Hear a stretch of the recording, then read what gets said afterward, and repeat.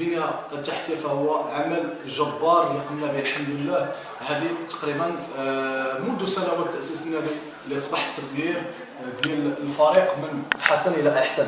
فالحمد لله اللي غيعرف غادي نوصلوا واحد المسألة اللي هي شيء يعني جد مهمة لأي مدرسة أو جمعية رياضية تود النجاح المسار المسارية الأولى، وهو العمل يعني بشوية بشوية، يعني كما تنقولوا بضربة بضربة. يعني ما خاش الواحد انه يحرق المراحل يقول انا مثلا غادي ندير فريق الكبار، هو ما عندوش مدرسه كره القدم اللي هي في اطار تطلعات لديك الفريق الكبار، او غادي يقول انا غادي ناسس مدرسه رياضيه او شيء من هذا القبيل وهو ما عندوش المواصفات او الامكانيات اللوجستيكيه والماديه اللي غادي تمكن ليه انه يوصل للهدف ديالو. فاي شيء او اي حاجه كتمشي بشويه بشويه وبالصبر والتحلي بالصبر والعمل بالنيه وعمل بصدق اللي هو غادي يعطي لاي شخص الدافع باش انه يحقق الهدف ديالو.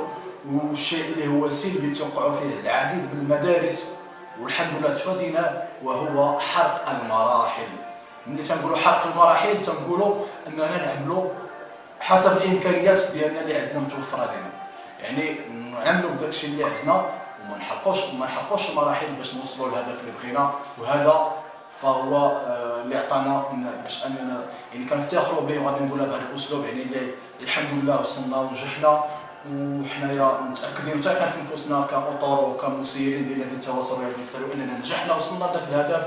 فالحمد لله. غادي نتكلم على نقطه اخرى وهي ان النادي غادي الحمد لله بالشهامات ديال الاطور وكاين جنود خفاء اننا غادي وصلنا لواحد المرحله ديال اننا غادي نقتنيو تقريبا 300 بدله رياضيه اللي غادي تحمل اللون ديال الفريق اللي هو الاحمر والابيض بالشعار ديال الاسماء ديال اللاعبين اللي تقريبا السن ديالهم من 5 سنوات الى 20 سنه، اللي الفريق غادي يصبح عنده من الفئات يعني كما تنقولوا المبتدئين الى الشبان الى يعني المقبل اللي كما ذكرت لكم انه غيصبح النادي حافله من نوع او من حجم كبير من نوع إريزار اللي الحمد لله تسلمت لنا من قبل جلاله الملك نصره الله التعليمات ديالو اللي توصلت بها الكتابه الخاصه ديال جلاله الملك ديال سيدنا الله ينصرو بعنايه الصلاه ان النادي غادي يصبح من النوادي الكبيره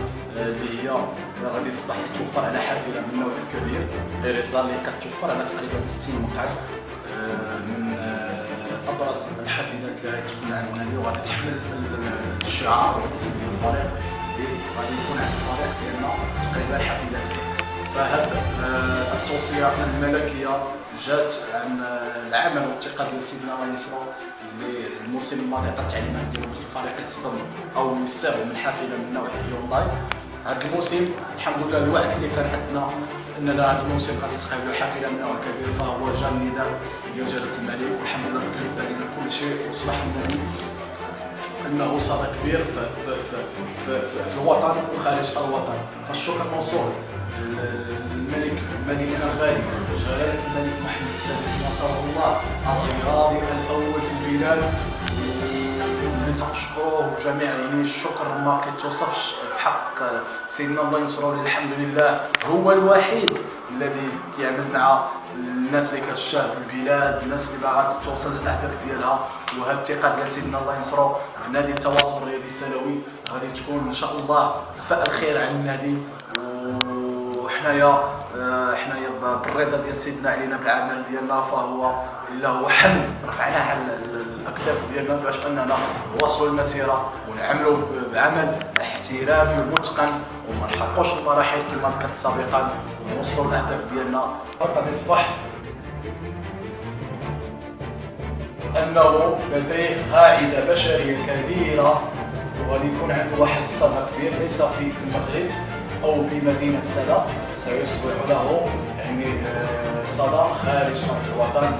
اللي كما ذكرت قبل في الكلام ديالي ان الفريق غادي يدخل لعصبه الغرب الموسم المقبل، وحنايا كنحطوا كاع النقاط على الحروف وكنحطوا يعني كاع التصورات ديالنا باش اننا غادي نشكلوا فريق يعني احترافي من اللباس، من الاحذيه الرياضيه، من لاعبين في المستوى. غادي نحاولوا اننا نلعبوا منذ السنه الاولى على الصعود، وهذا اللي كان وعد به ساكنه سلا وبالذات يعني الحي ديالنا اللي هو حي كبير من ابرز الاحياء في المدينه وكيضم ساكنه كبيره اللي هي قريه اولاد المصار اللي حنا كنلعبوا على الصعود الموسم المقبل. الحمد لله لدينا الدعوات من الانديه كبيره باش انها تجري معنا مباريات وديه في اطار يعني الطلبات والتعاون اللي كيتجي ما بين اداره نادي التواصل ديال السراوي ومدارس اخرى. فالحمد لله اصبح نادي التواصل صدى كبير. دائما العمل ك يعني عمل يعني فردي وعمل مشروع فردي للنادي الحمد لله وصلنا الاهداف اللي كنتمناو. فهذه رسالتي للجميع من يريد النجاح في الميدان الرياضي وهو العمل حسب الامكانيات اللي كتوفر عليها الشخص، وعمره ما يمشي للحوايج اللي هما يقدر يهرس داكشي اللي بغا او ما غاديش يقدر يوصل. يعني دائما ضربه بضربه بشويه بشويه تنوصلوا لهادشي اللي حنا كنتمناو. والشكر كذلك موصول جدا للجميع من كيساند نجاحات الفريق اللي هي مجموعه من الشباب في الجاليه المغربيه المقيمه ديال فرنسيه بلجيكا اللي كيهنيونا على هذا العمل اللي كنقوموا به، اصدقاء في اطار العمل الرياضي والجمعوي اللي تنشكرهم بالرسائل اللي توصلنا بهم الحمد لله. وكنوعد ساكنه سلا ان موسم سنه 2016 2017 فهو موسم حارق، فتابعونا ثم يعني انتظروا العمل القادم. وفي ختام الكلام ديالي فكنرحب بالفريق الجزائري مدرسه غريغوريا الجزائري اللي غادي تحضر الحافله شهر 6 جوان ان شاء الله في اطار كاس التواصل الدولي اللي غيكون من ابرز النسخ هذا الموسم. غتكون بطوله ليست يعني دوليه، فالمواصفات حسب الميزانيه اللي حطينا وحسب التصورات اللي تصورنا وحسب الامكانيات اللي غادي نحطوها في هذه البطوله فهي هائله جدا عالميه جدا. فمرحبا بمدرسه سيكاب مباو السنغاليه، مرحبا بالفريق الجزائري في ارض الوطن اللي اننا غادي نرحبوا بهم بحسب يعني الروح يمكن كيعرفوا على المغاربه، ارض السلام والمحبه والاطمئنان، ارض الخير والتفاؤل. فهنيئا لنادي التواصل